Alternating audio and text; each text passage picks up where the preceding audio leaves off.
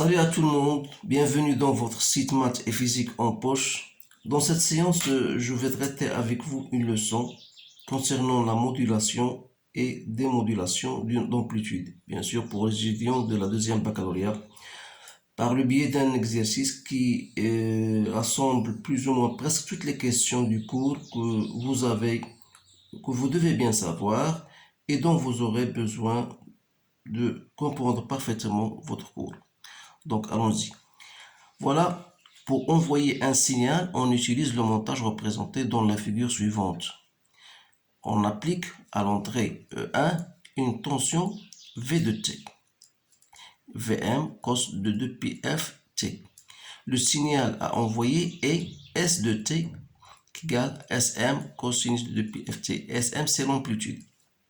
On lui ajoute une tension continue U0 et on obtient à la sortie, bien sûr, une tension U de T qui égale à S de T plus U0. On applique à l'entrée E2 la tension UT. Voilà.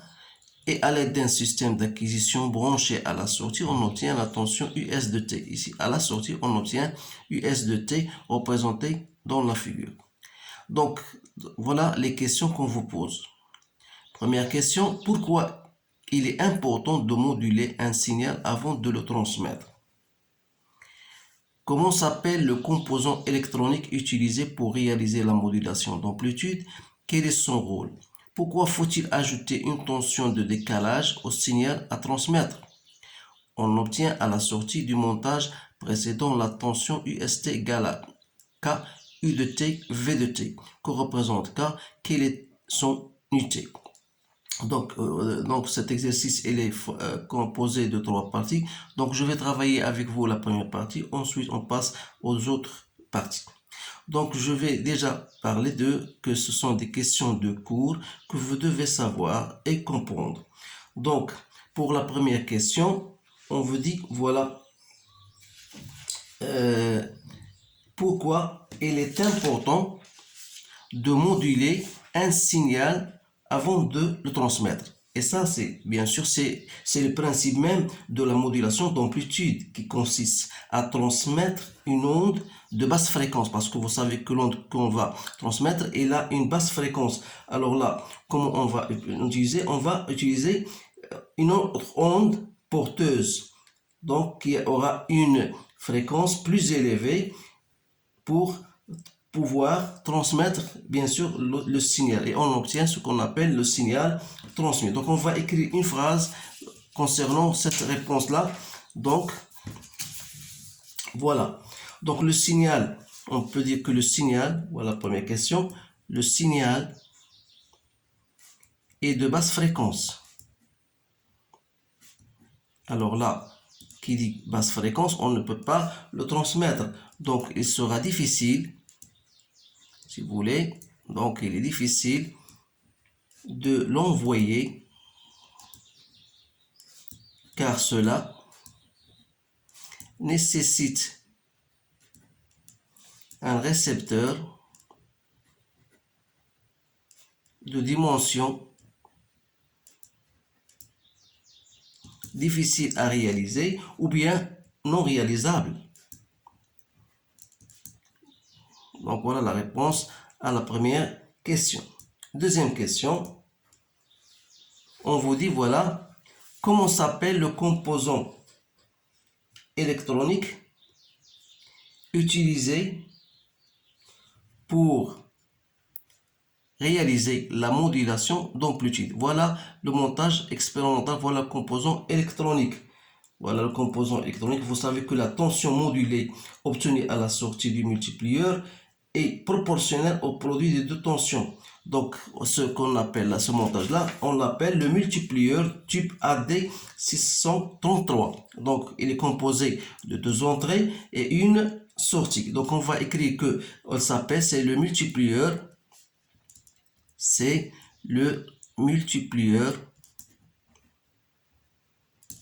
type AD633 qu'on symbolise généralement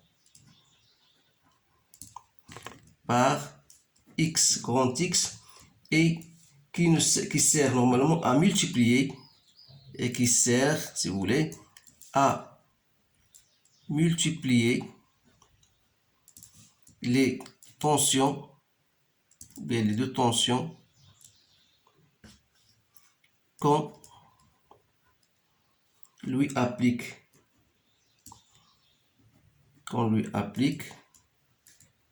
À l'entrée. Voilà, en résumé, bien sûr, le nom de ce composant électronique et même son rôle. Troisième question, pourquoi faut-il ajouter une tension de décalage au signal à transmettre? Donc la tension de décalage, c'est la tension U0. Vous savez bien sûr que la tension qu'on a, bien sûr, elle est tantôt positive et tantôt négative. Donc pour éliminer cette tension négative, on ajoute ce qu'on appelle la tension de décalage. Donc on va écrire, la réponse c'est pour pouvoir réaliser la récupération du signal complet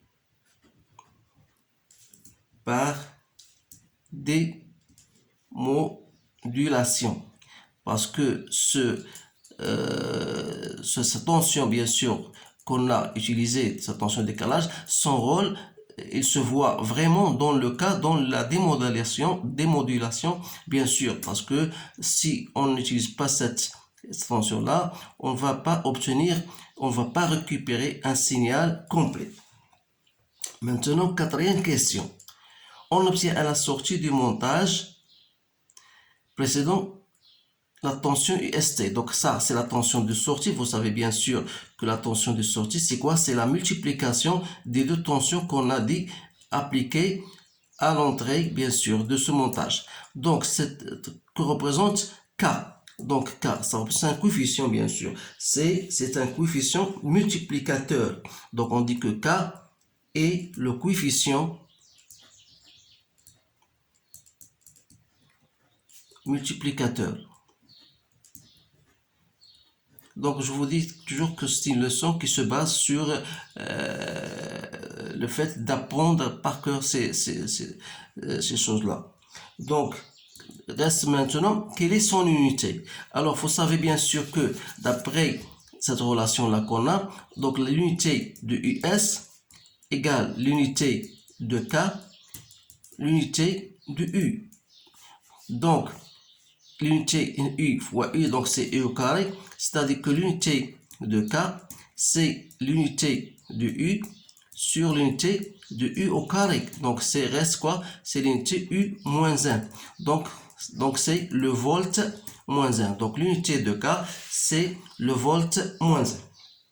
Maintenant, je vais passer à la deuxième partie. Deuxième partie, qu'est-ce qu'il vous dit? Voilà. On vous donne bien sûr cette figure-là. Et on vous dit montrer que la tension US est s'écrit, c'est-à-dire la tension à la sortie s'écrit sur la forme US égale à ça. Donc, déduire l'expression de A et de M. Donc, ici, qu'est-ce qu'on va faire? D'après savoir le rôle du multiplieur, qu'on a dit que c'est de multiplier donc US à la sortie, ce n'est autre que K, on a dit K, U de T, V de T. Donc, c'est K. U de T, c'est quoi? C'est S de T qu'on a ajouté une tension de décalage. U0 fois V de T. V de T, et on a déjà, c'est égal à Vm cosinus de 2pi Ft. Donc, qu'est-ce qu'on va écrire? Donc, c'est K. S de T, on va remplacer S de T par l'expression donnée. Donc, c'est Sm, parce qu'elle a une amplitude maximale, cosinus de 2pi Ft, plus reste U0. Tout ça, je multiplie par Vm, cosinus de 2pi Ft. C'est-à-dire Ck. Donc, on a Sm fois Vm, voilà, cosinus de 2pi Ft, plus U0 Vm, le tout, il reste cosinus de 2pi ft. Donc, vous remarquez bien que si je mets U0 Vm en facteur, j'ai ici déjà Vm, mais je n'ai pas U0. Donc, il faut diviser par U0 cos de 2pi ft plus U0 Vm, donc c'est 1 cosinus de 2pi ft. Donc, on s'approche de ce qu'on voudrait bien sûr obtenir. Donc, on va mettre ça, c'est comme étant égal à A.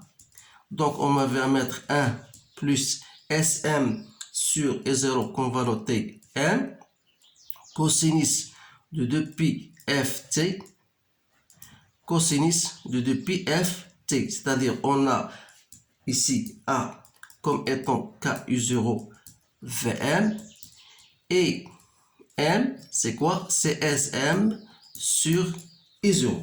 Voilà, bien sûr, on a déduit l'expression de A et de M et on a montré bien sûr que US égale à cela.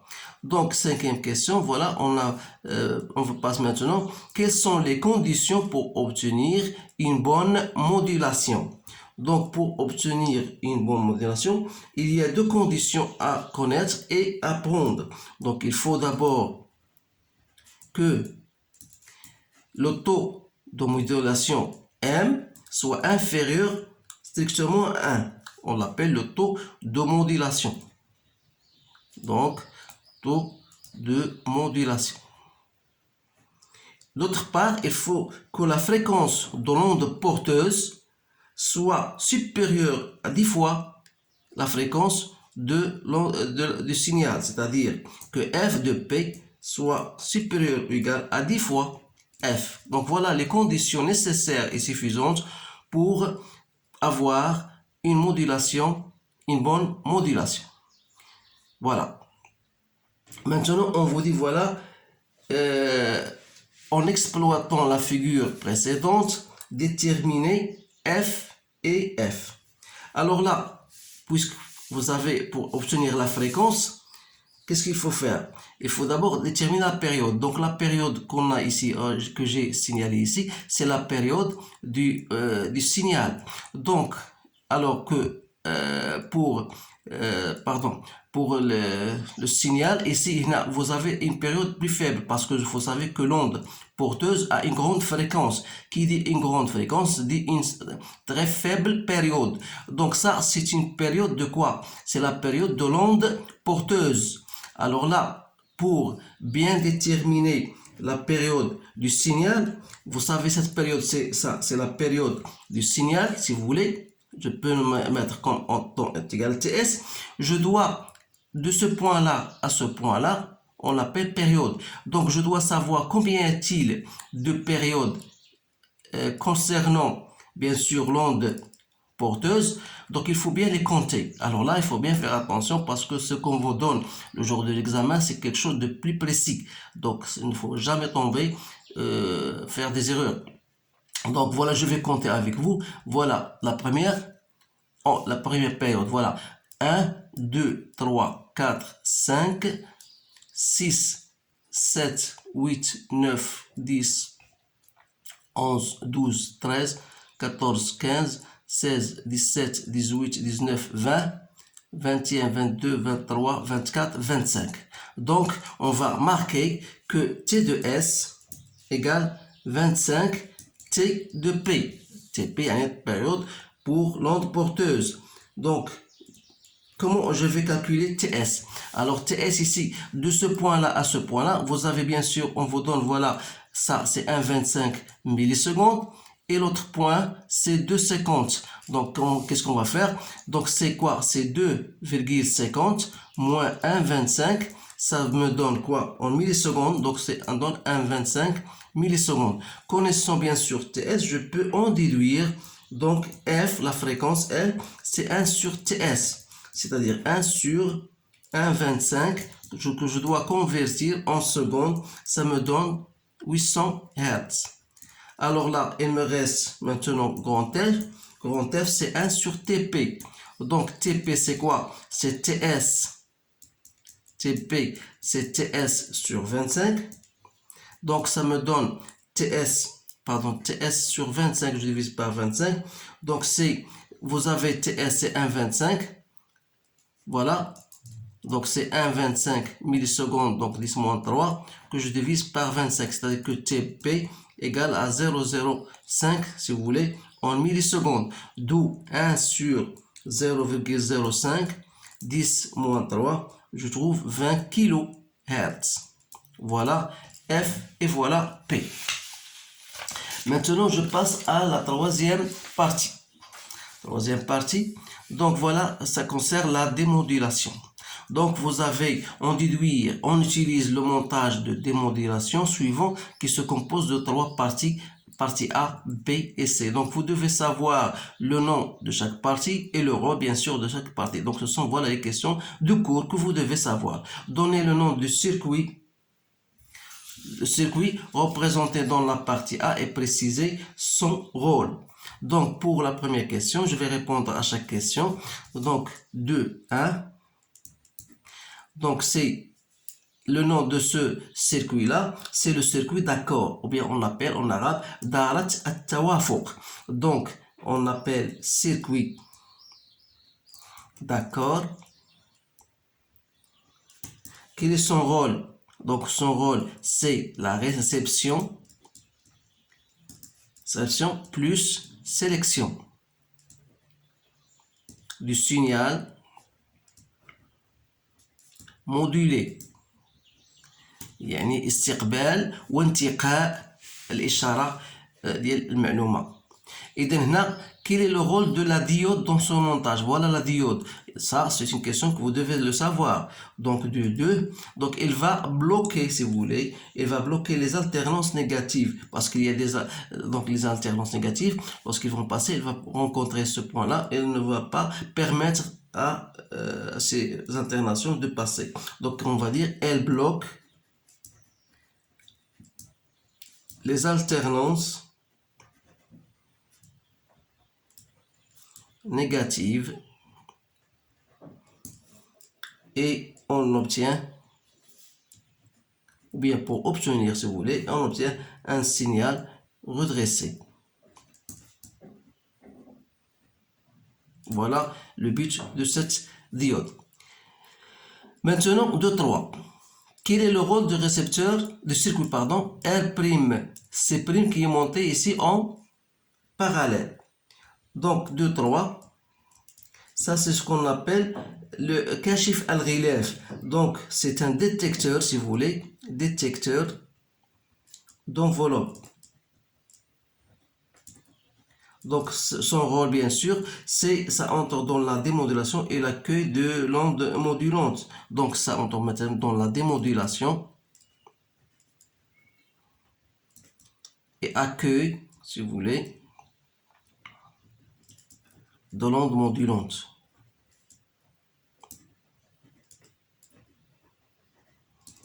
Voilà. Maintenant, quel est le rôle de circuit R seconde, C seconde monté en série? Monté en série. Donc, bien sûr, vous avez une tension de décalage qu'on a déjà ajoutée dans la première partie. Donc là, il va supprimer, si vous voulez, cette tension. Donc, on va dire que 2, 4. Donc, 2, 4, c'est la suppression de la tension de décalage. Donc, suppression de la tension de décalage qu'on appelle usure. Maintenant, 2, 5. S'assurer que le circuit LC est réglé pour recevoir le signal envoyé lorsque L égale à 62 millihenry. On donne C. Alors là, il suffit de faire un calcul. Parce que pour recevoir, vous savez, pour recevoir le signal envoyé, il faut que la fréquence de l'onde porteuse soit égale à F0. Bien sûr, F0, c'est la fréquence propre du circuit LC. Donc, on va écrire cela. Donc, pour recevoir le signal envoyer, il faut que la fréquence F soit égale à F0, où F0, on a dit, est la fréquence du circuit LC. Donc, F0, vous savez que F0, c'est 1 sur T0. Et ça, vous l'avez déjà vu dans le cours que T0 est égal à 2pi racine de LC. Alors, là, ça veut dire que F n'est autre que 1 sur 2pi LC, donc doit être égal à ça. Donc, vous faites votre calcul, donc c'est 2pi. Racine de L, c'est 62 10 moins 3. Que je multiplie par C, un nanomètre, donc 10 moins 9. Donc, vous trouvez, bien sûr, F, c'est à peu près 20 kHz. Donc, ça entre dans ce domaine, 20 kHz. Donc, c'est bien réglé, c'est bien réalisé. Donc, qu'est-ce qu'il nous reste? Donc, on a répondu à la question. Donc, quel est le but de la démodulation? Donc, on va répondre à cette question. On va tourner la page.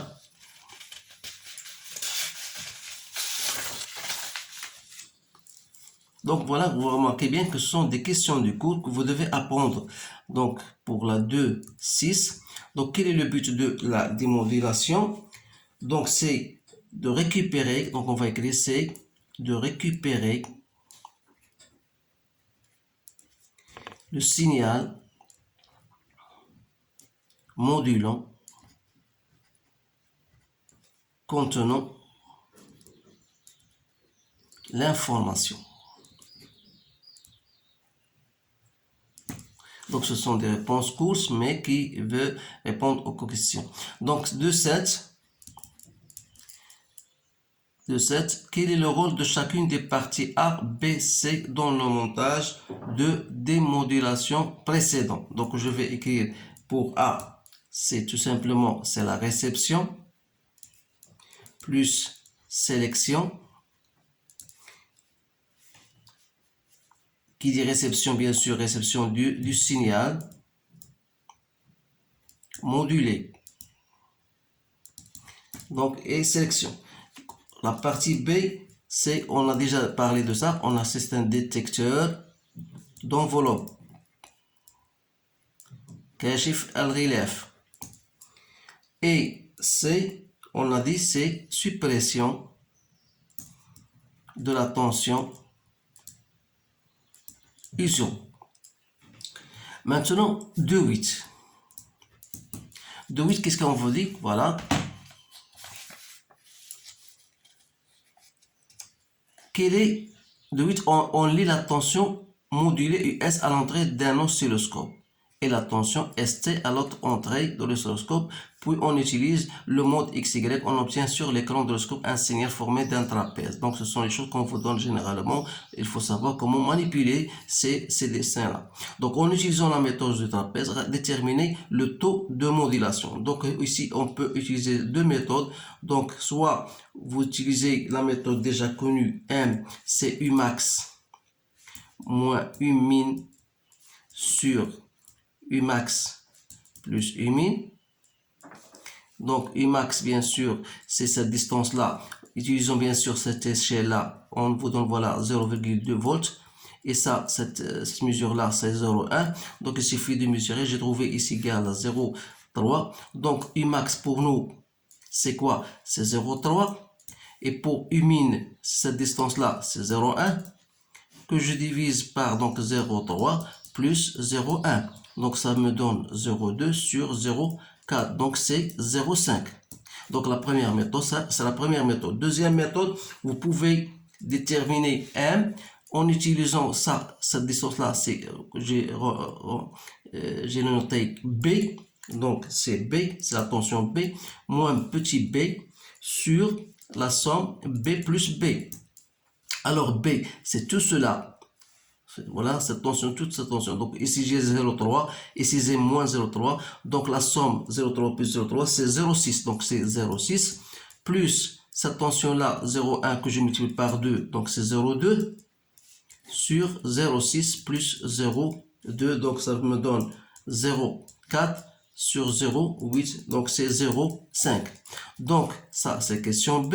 Donc vous remarquez bien sûr que M qui égale à 0,5 est inférieur à 1. Donc on dit que dans ce cas que la modulation est bonne.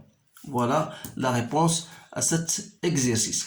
Donc j'ai rassemblé bien sûr toutes les questions, presque toutes les questions de cours dans cet exercice-là pour vous montrer que ce cours-là, c'est un cours qui se base sur les questions de cours et il y a seulement quelques questions qui vous guident bien sûr, qui vous poussent de savoir utiliser bien sûr certaines figures pour détermination de taux de modulation. Alors, je vous conseille de répéter cet exercice et si le temps le permet, bien sûr, je vais proposer d'autres exercices plus délicats, plus difficiles un petit peu que celui-là.